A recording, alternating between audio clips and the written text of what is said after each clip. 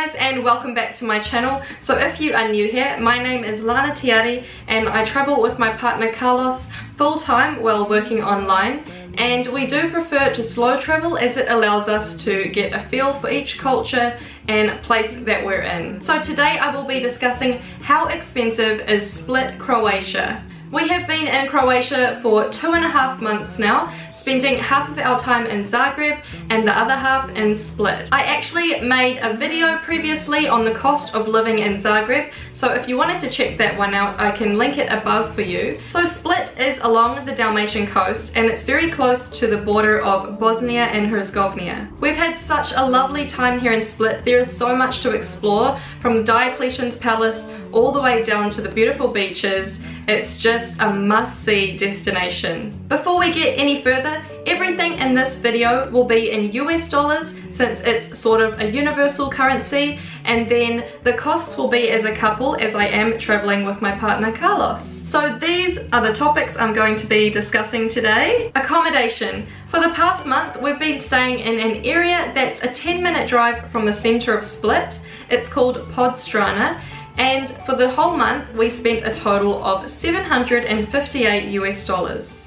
Now, do keep in mind it is low season here, so during the high season, this apartment will cost you 122 US dollars per night. So peak season is considered from June to August, and it's October now, so that is why it's been a little bit more affordable for us. We booked this apartment through Airbnb, which means that water, power and internet were all included in the cost. The apartment itself has really amazing water views, which you can see in my apartment tour, which I will link above for you guys. If you would like Airbnb credits, I have a link below which gives you 33 US dollars off your next stay. Wait, hold on. Attractions. As a lot of you may already know, Split is a highly touristy spot to visit here in Croatia, but nonetheless it's a beautiful spot to visit. Since Split is located centrally along the Dalmatian coast, it's really close to some neighbouring islands such as Far, Korčula, Brač and Vis. We did our own self-directed tours to these islands. To Far it costed me $38 and to Brač it costed us 32 US dollars each. To see my travel guides on these islands, you can check it out by clicking the link above. So our total cost for attractions this month was 126 US dollars. Transport. There is a bus system here, but there is no tram or train system like there is in Zagreb. And from my experiences, the buses don't come that often either, so the tickets can cost you anywhere from 10 to 13 kunas for a one-way ride, so that is about $1.50 to $1.90 USD. But they do have Uber and Bolt luckily, so for those of you who don't know what Bolt is, it's a very similar app to Uber. And it's about 7 USD for a 10-minute ride, depending on demand at the time of booking. Our total cost of transport for the month was 91 USD, including buses, Ubers and ferry rides. Eating out. There are so many delicious foods to try while you're here in Split. You can get an average meal and a drink ranging from about 17 to 22 USD. Or if you're more on a budget like we were, you can get a shivapi for $3.80, a slice of pizza for $1.80, or my personal favourite, an ice cream for $1.50. The bakeries are really good here in Split, so don't forget to try some pastries while you're here too. Our total cost of the month was 50 USD, so as you can see, we didn't eat out that often. We really do enjoy some home cooking, and if you wanted to check out a video of us attempting to cook some Croatian food, you can also check that link out above. Groceries. Now, because we stayed here for the month, it's not really affordable to be eating out or even healthy to be eating out every day, so the grocery store was the place for us. And our groceries costed us 380 USD, so that was including a lot of fresh fruits, a lot of veggies, meat, and we would usually go home with like two very large bags of groceries.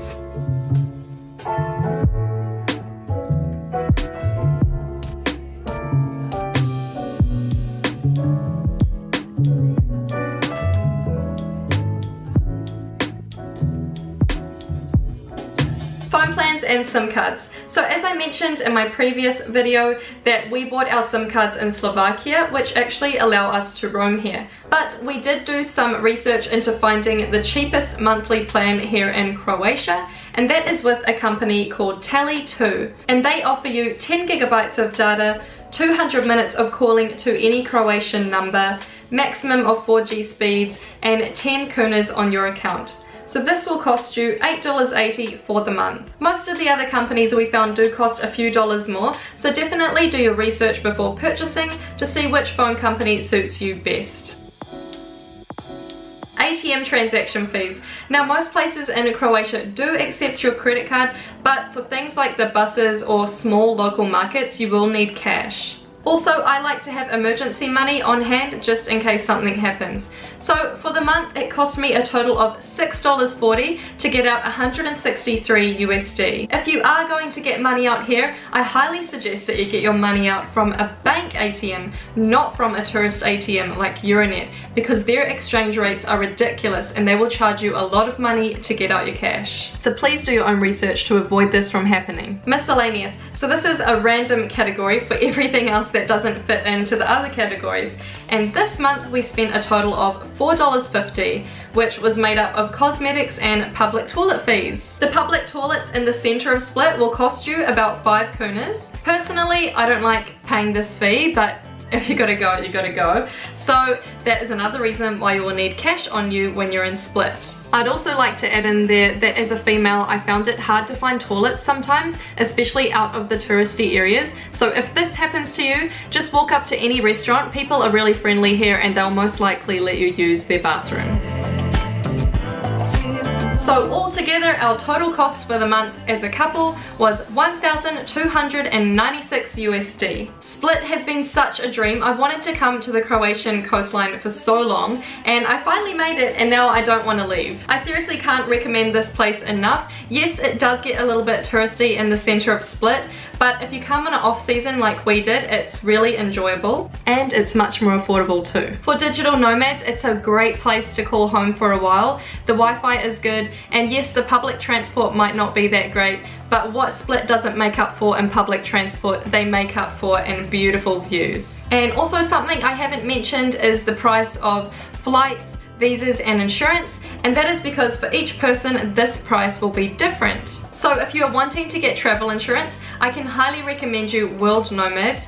They are a really great company and they always have someone readily available if you have an emergency arise. So to check them out, you can click on my link below. Flights. Now Split does have an international airport here, however we caught the Flexbus from Zagreb to Split. And as for visas, we get 90 days on arrival using our New Zealand and American passports at no extra cost. Croatia is not officially a part of the Schengen yet, so you don't have to worry about your Schengen visa days getting used up. But I do highly recommend that you do your own research on visas before arriving. We are so sad to be leaving Croatia right now, but we are off to a new destination next week. So if you wanted to take a guess at where we're going, make sure to leave your answers below in the comments. If you know of anybody who's coming to Croatia and you think that this video might be useful for them, make sure to share this video with them, because sharing is caring. And if you wanted to see more cost of living or Croatia videos, make sure to check out my playlist above. Jesus. Dalmatian close. Dalmatian closed. Dalmatian closed. Very close to the border. And the heck.